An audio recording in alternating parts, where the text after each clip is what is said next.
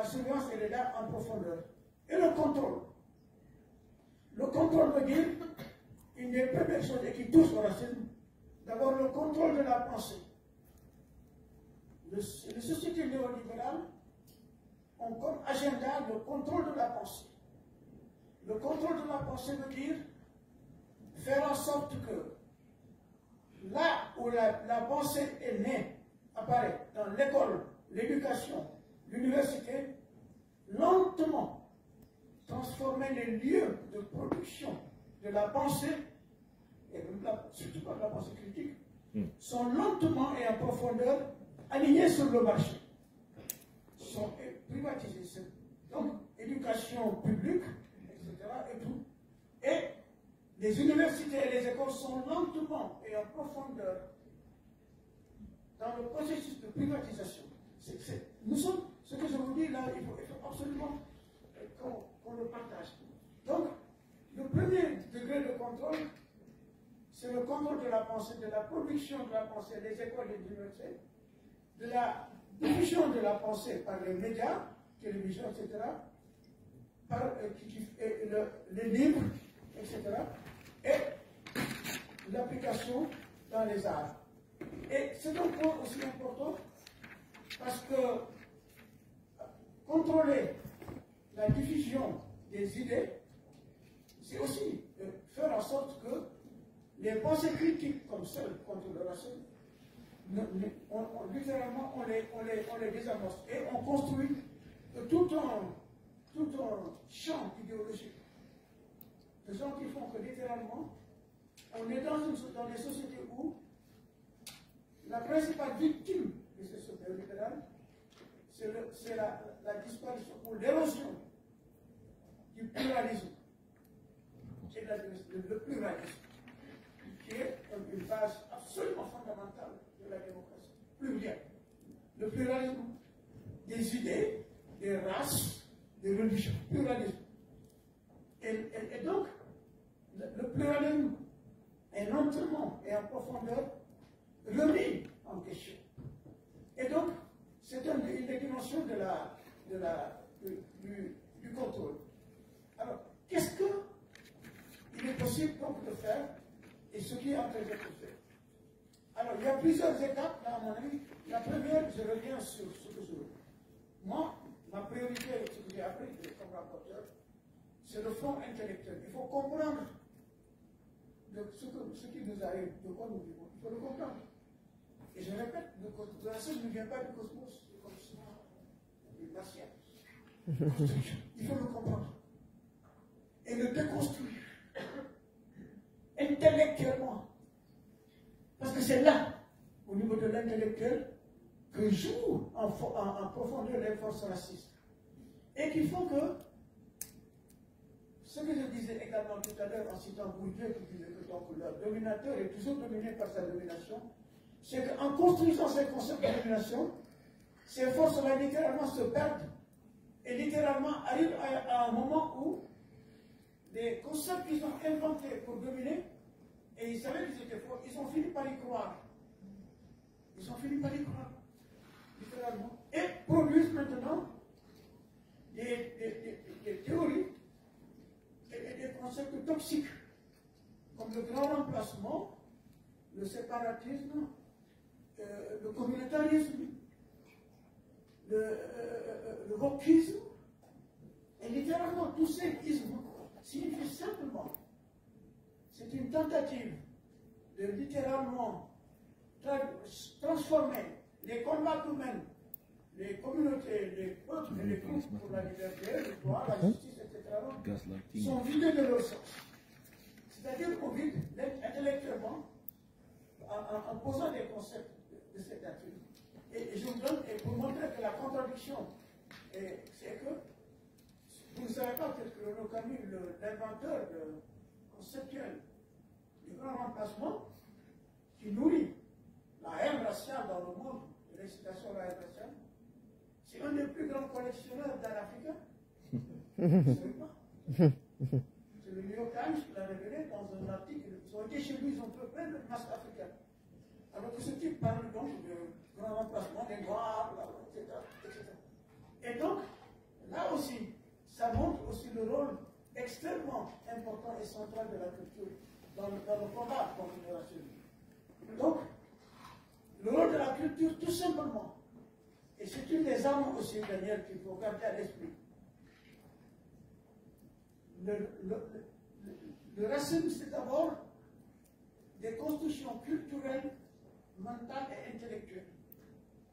Et parmi la première construction, c'est la déconstruction, la manière dont le racisme a été instrumentalisé.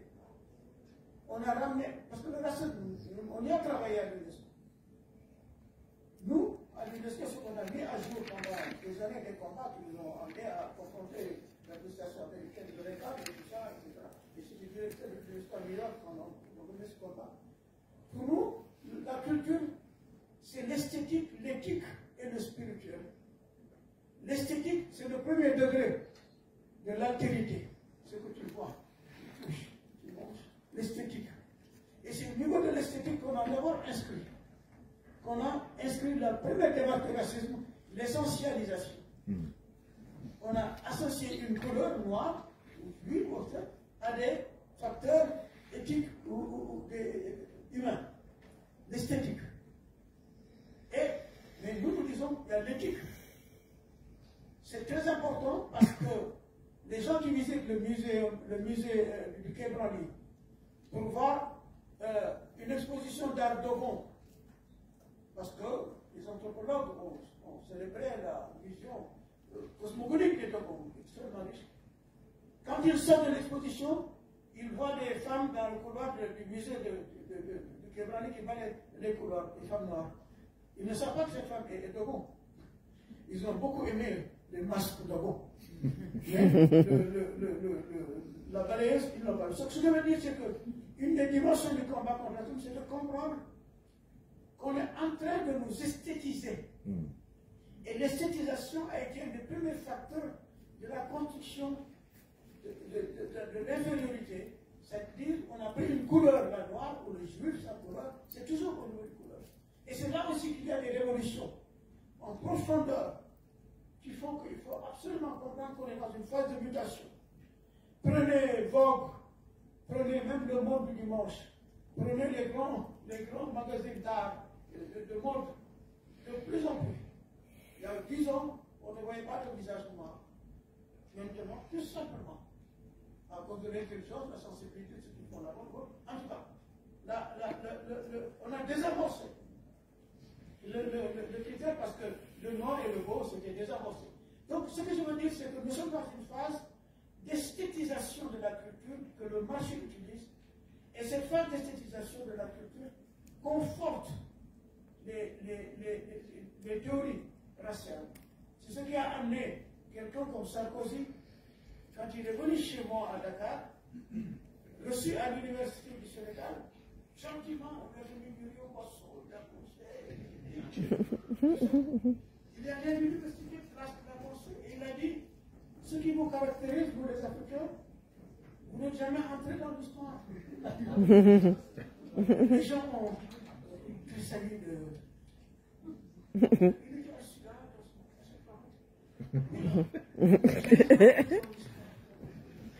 et donc, en se disant, il ne se rend même pas compte de ce qu'il disait parce qu'il n'avait pas le discours. Et là, moi, à ce moment-là, par exemple, j'ai rapporté spécial, j'ai fait un rapport à l'ONU et le monde a fait une page sur mon rapport où je dis que Sarkozy est en train justement de répéter ce que ses ancêtres racistes ont construit, littéralement. Il l'a répété sans se rendre compte. Et d'ailleurs, ce qui m'a valu dans son avant-dernier bouquin, une page. Il a mis une page sur moi dans son avant-dernier bouquin, parce que je suis sur la photo. Donc, ce que je veux dire, c'est le combat au niveau des idées de la culture sont extrêmement importants. Alors, pour terminer, Daniel, ce que je voudrais également proposer comme concept, c'est que combattre contre le racisme exige d'aller au cœur de ce que le racisme veut diviser, c'est-à-dire l'universalité. Ce sont les racismes qui sont là. Ça veut dire que combattre contre le racisme demande à ce que le combat soit fait contre toutes les formes de racisme. Et souvent dans des réunions, celle-ci de temps en temps, aujourd'hui ce matin, dans d'autres réunions, on parle beaucoup de racisme anti-noir. C'est une réalité depuis le 15e siècle, en fait, etc., qui n'a pas cette profondeur de l'antisémitisme. L'antisémitisme est plus vieux. Et donc, c'est limite au racisme. On ne peut pas combattre le racisme anti-noir sans combattre l'antisémitisme ou l'islamophobie. Et le racisme contre les autres minorités. Donc, ce point, il est absolument central. Parce que ce sont les mêmes causes profondes, celles que je viens de parler, et les mêmes expressions. Alors, cela veut dire simplement, pour terminer, que c'est très important de garder à l'esprit que nous sommes donc dans une période de changement. Ce colloque n'aurait pas eu lieu il y a 10 ans. Nous sommes dans une période historique où Christian Taubira a pu obtenir du Parlement français que l'esclavage est un crime contre l'humanité. Nous sommes dans une période où Daniel qui est là, député, Mamadou, membre du Parlement suédois, et ailleurs, le saint patron, je le disais à mon ami italien tout à l'heure, parce que j'ai organisé des réunions en Italie sur le racisme mais sur la culture. Le saint patron de la ville de Palerme, San Benedetto El Moro, est un noir. Les mafiosi n'est plus devant lui avant de les massacrer les noirs. San Benedetto El Moro est un mort 1528. 16e siècle. Donc, ce que je veux dire, c'est que les transformations sont en cours. Et donc, comprendre que nous sommes dans une phase d'accouchement, c'est aller dans le sens de l'accouchement. C'est aller dans le sens du multiculturalisme. Il faut pousser les dynamiques multiculturelles. Et les pousser veut dire remettre en question deux fondements du racisme. Le silence et l'invisibilité. L'invisibilité des victimes, elles sont invisibles, elles n'existent pas. Elle est une des premières démarches du racisme quand il est appliqué notamment dans les périodes coloniales. C'est littéralement d'effacer l'humanité de l'esclave. Il n'en a pas. Et on lui donne donc une nouvelle humanité. Et donc, on veut l'enfermer dans ce cas sur un des points, Daniel, sur lesquels il faut se battre pour combattre le racisme, le concept victimaire. Il faut sortir de l'idée, parce que l'idéologie du racisme n'est pas seulement la construction de l'infériorité, mais d'amener celui qui est victime à accepter qu'il est inférieur. Et accepter qu'il est inférieur, c'est accepter d'être victime. Non, ils ne sont pas des victimes qui viennent du ciel. C'est des phénomènes historiques qu'il faut expliquer. Et donc, l'autre idée que je suggère, c'est qu'il faut comprendre que ce qui se passe actuellement, ce qui démontre ce colloque, ton travail, celui qu'a fait tout le monde, etc., c'est qu'il faut comprendre la suite, bouger de l'idéologie victimaire à l'idée que ce qu'on considère comme des victimes, des minorités ethniques, raciales et culturelles, sont des forces de transformation. Ce ne sont pas des victimes. L'idéologie raciste nous veut enfermer le noir, le juif, ou l'arabe, ou le gitan, dans cette idée de victime. Et littéralement le ponctuer dans l'éducation, dans l'alimentation. Et justement, ça fait partie de la construction. Et tout ce que vous faites, ce que nous faisons aujourd'hui montre que l'objectif, et je continue là-dessus, il faut transformer ce qu'on appelle les victimes de la racisme en la prise de conscience qu'ils sont des forces de transformation. Ils sont en train de transformer les sociétés racistes en profondeur. Et donc, ce qu'on voit actuellement, la montée de ce qu'on appelle l'extrême droite, et ce qu'on appelle le racisme, Daniel, c'est un racisme de résistance. C'est un racisme de résistance, tout simplement, parce que la société en profondeur devient multiculturelle, elle change ceux qui ont construit ce racisme et qui ont construit des peuples qui ont dominé, essentialisés, infériorisés, hiérarchisés, se retrouvent un beau matin avec un collègue de bureau dans la rue et dans leur lit quelquefois, vous avez des trucs inférieurs.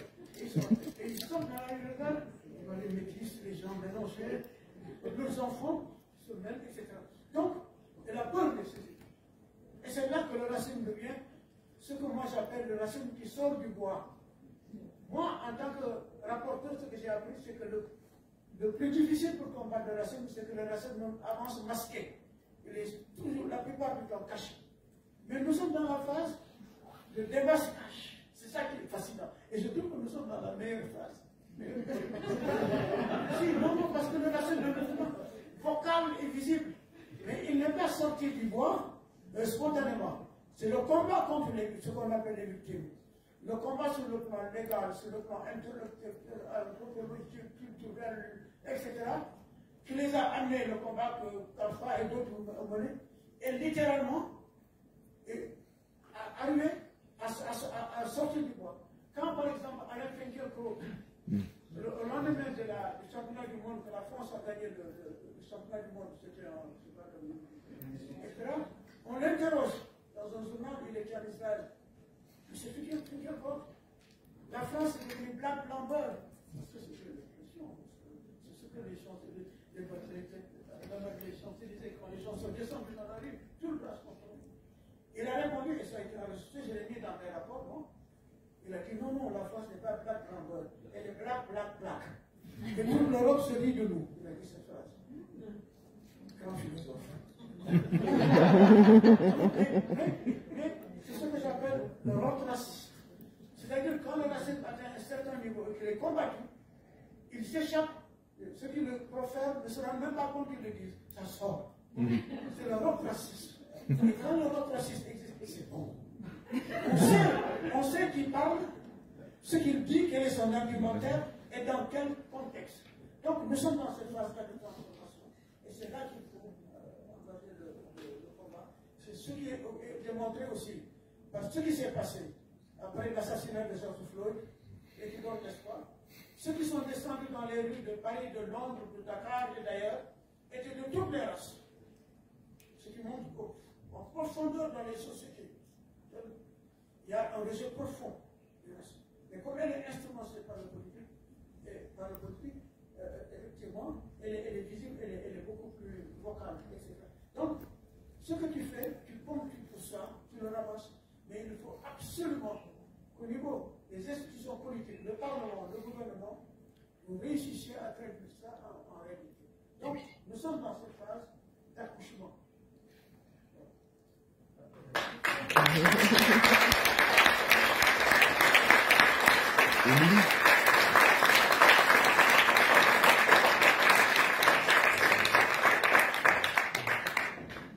Merci beaucoup, Doudou, pour cet éclairage qui s'appuie sur des décennies de recherche, d'observation, des travaux écrits. Je n'ai pas tout cité, mais je vous invite, si vous ne connaissez pas l'exemple de son travail, à le rechercher.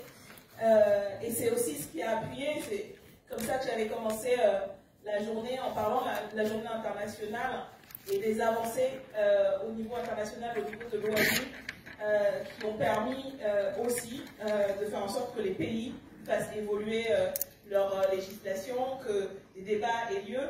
Et je crois que tu as été un des artisans